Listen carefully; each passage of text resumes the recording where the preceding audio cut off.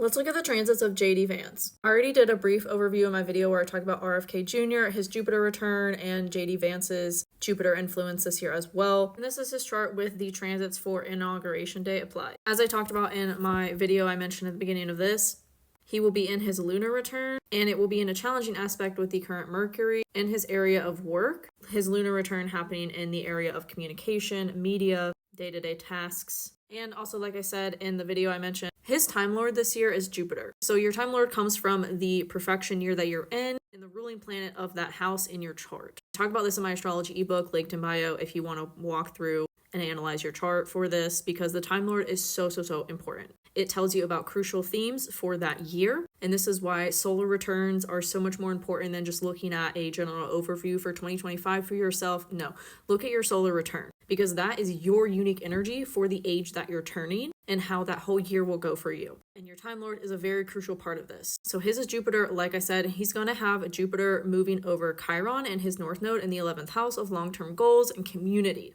He also has Uranus retrograding over his midheaven in the 10th house, which could indicate chaotic changes, sudden and unexpected, to his public reputation and how he is seen at large in the public eye. This is also the area of career. So it could be a sudden unexpected change in what he's doing for his career that nobody saw coming. Similar to what is going on for Trump, although like I said in the video that I did earlier, Trump's chart is much more volatile. It's much more giving like aggressive, violent, perhaps energy than JD Vance's chart is giving, because JD Vance will have Uranus in a challenging aspect with his Venus, which rules his 10th house. So there could be challenges between his own values or how other people are seeing his own values and his career. I'm just so shocked like RFK isn't, more of a prominent candidate in this election, because his chart is popping.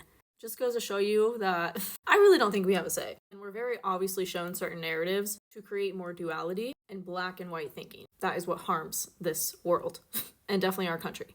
But anyways, JD Vance's own Jupiter is in his 6th house of work. Right before the Inauguration Day, he'll have Mercury transiting over that. So there could be like a lot of communication coming out of him, lots of media coming out about him, his plans for what he wants to do in office, etc., etc. His 6th house is ruled by Saturn, and interestingly enough, his own natal Saturn will be in a almost harmonious aspect, again, leading up to Inauguration Day with Venus and Saturn in his area of other people's resources, which again could indicate just a positive opportunity for him to be disciplined and committed to something new. Challenges his growth and his ways of thinking, his ideals, his belief systems, because his natal Jupiter also is in a harmonious aspect with Mercury in the 2nd house. So again, the main differences between him and Trump's chart is that Trump's looks very volatile. It looks like something bad could happen that would make JD Vance actually become the president. That's all I have for now. What are your thoughts? Let's chat about it in the comments.